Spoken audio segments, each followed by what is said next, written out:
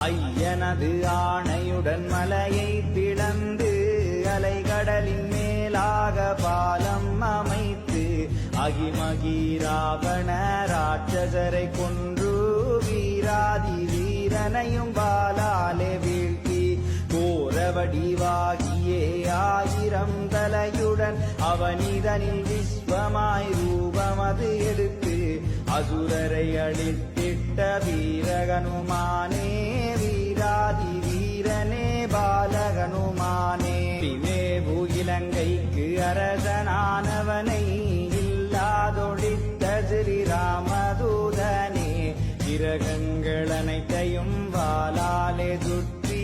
வானில் பறந்ததொரு வானர வீரனே வையமதில் உள்ளவர்கள் உன் பதம் இறங்க ஓதரிய தண்டாயுதம் தாங்கி நின்றாய் சிந்தை மகிழ்வாகவே வந்துதவி செய்வாய்.